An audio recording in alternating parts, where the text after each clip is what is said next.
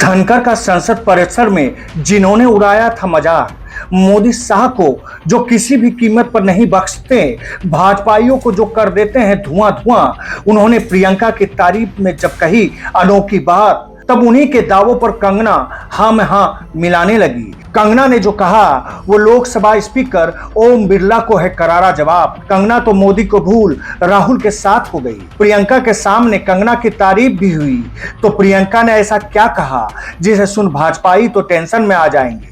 जी हां दोस्तों, कंगना ने ये क्या कर दिया, जो किया उसे देखकर भाजपाइयों के सिर पर आसमान से ओले गिरेंगे।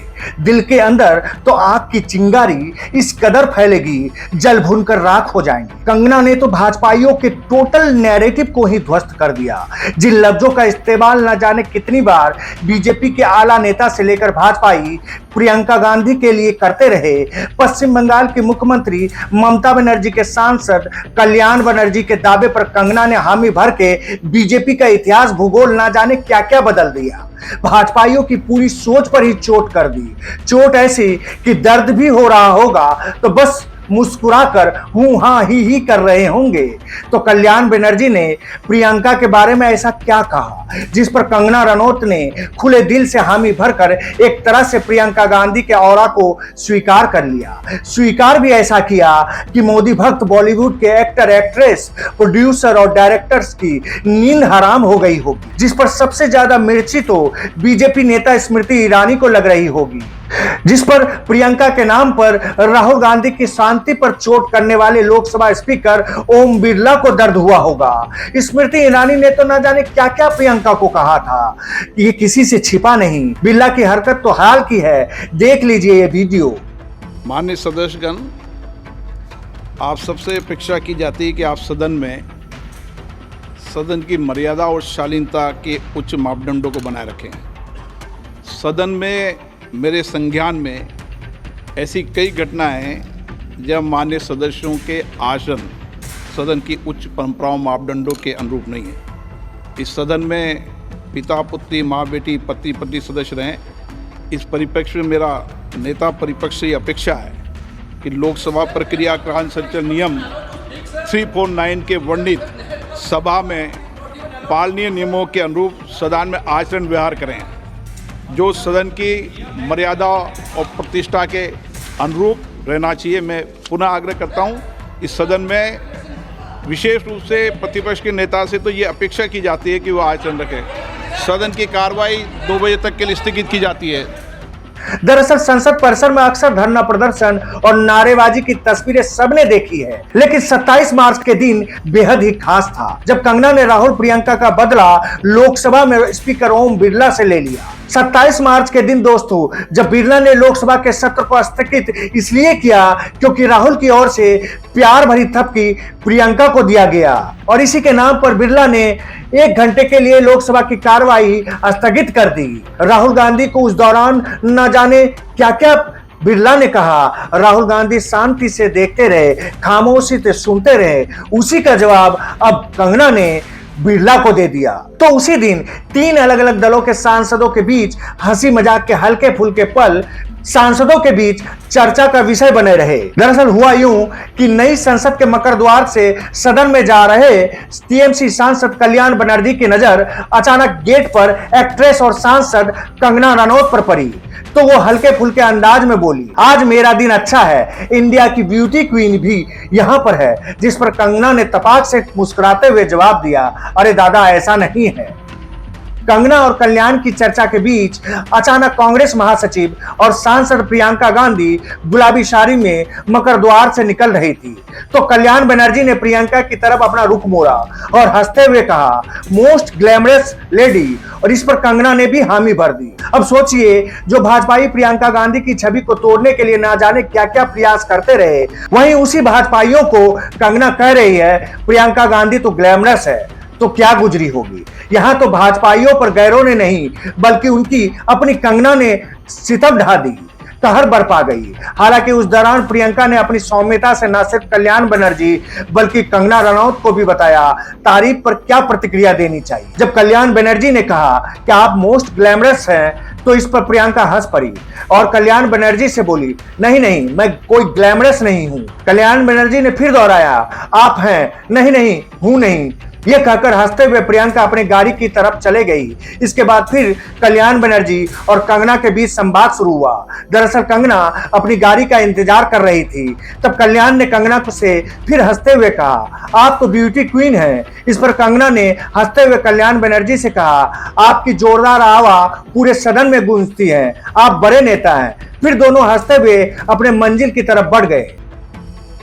संसद के बजट सत्र की शुरुआत 31 जनवरी से हुई। ये 4 अप्रैल तक प्रस्तावित है। वित्त मंत्री निर्मला सीतारमण ने 1 फरवरी को आम बजट पेश किया था। सत्र के पहले चरण में राष्ट्रपति के अभिभाषण पर धन्यवाद प्रस्ताव पर दोनों सदनों में बहस हुई और संसद के दोनों सदनों में प्रधानमंत्री के जवाब के साथ ये संपन्न हुआ। अभी बजट सत्र का दूसरा चरण चल रहा है। इसकी शुरुआत 10 मार्च को हुई। तो साफ है दोस्तों, कंगना रनौत ने एक बार फिर मोदी शाह से बगावत कर ली। बगावत इसलिए क्योंकि प्रियंका गांधी की एक बार फिर उन्होंने तारीफ कर दी। क्या कंगना रनौत का बीजेपी से मोह भंग हो गया? और क्या कंगना रनौत ने जिस तरह से प्रियंका गांधी को ग्लैमरस लेडी कहा, कल्याण बनर्जी के कहने के बाद उन्होंने जिस तरह से हामी भरी, क्या ये लोकसभा स्पीकर ओम बिरला को करारा जवाब है? प्रणति शिंदे।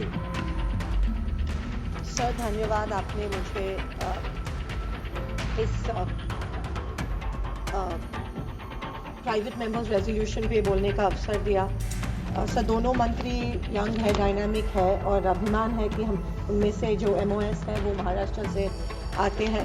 सर मैं ज़्यादा वक्त नहीं लूँगी, मैं थोड़ा स्कोप के बाहर जाना चाहती हूँ। टैरिफ्स के बारे में सभी लोगों ने काफ़ी कुछ कहा है। मैं मेरे क्षेत्र को लेके कोई 2 इश्यूज़ है।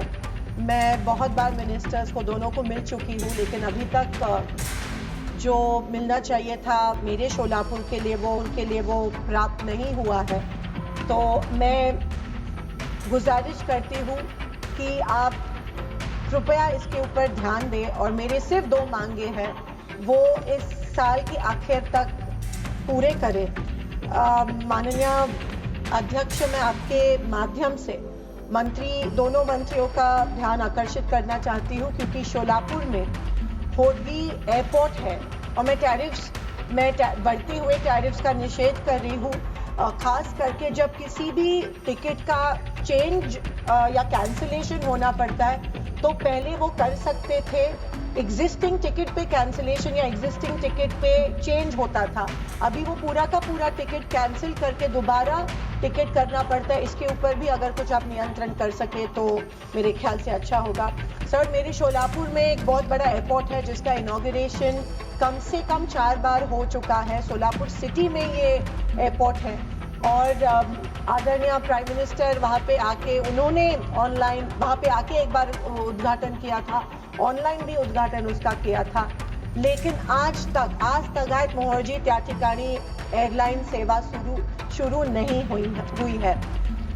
जबकि DGCA ने वहाँ पे परमिशन बहुत बार दी है, जबकि बहुत बार प्रॉमिस किया गया कि एयरलाइन शुरू होंगी। इलेक्शन के पहले तो एक ट्रायल फ्लाई भी वहाँ पे हुआ था, लेकिन उसके बावजूद भी आज तक शोलापुर जो एक हैंडलूम हब है, पावरलूम हब है, जो आंध्र प्रदेश और कर्नाटका की बॉर्डर करता है, जो पूना से लगभग 4 घंटे लगते हैं।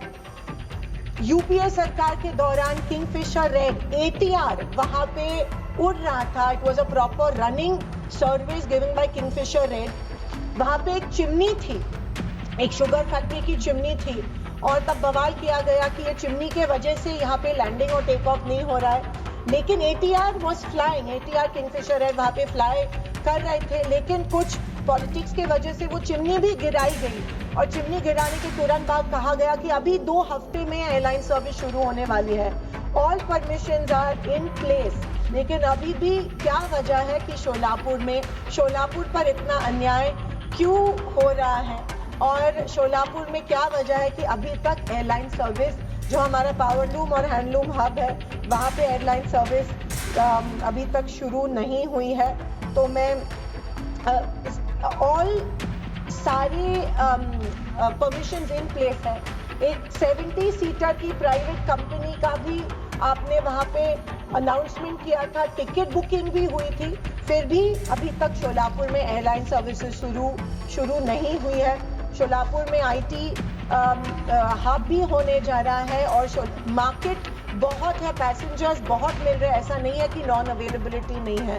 लेकिन वजह क्या है कि शोलापुर में एयरलाइन शुरू नहीं हो रही है। मैं दोनों मंत्रियों को दरखास्त करती हूँ कि जल्द से जल्द आप वहाँ पे एयरलाइन शुरू करें।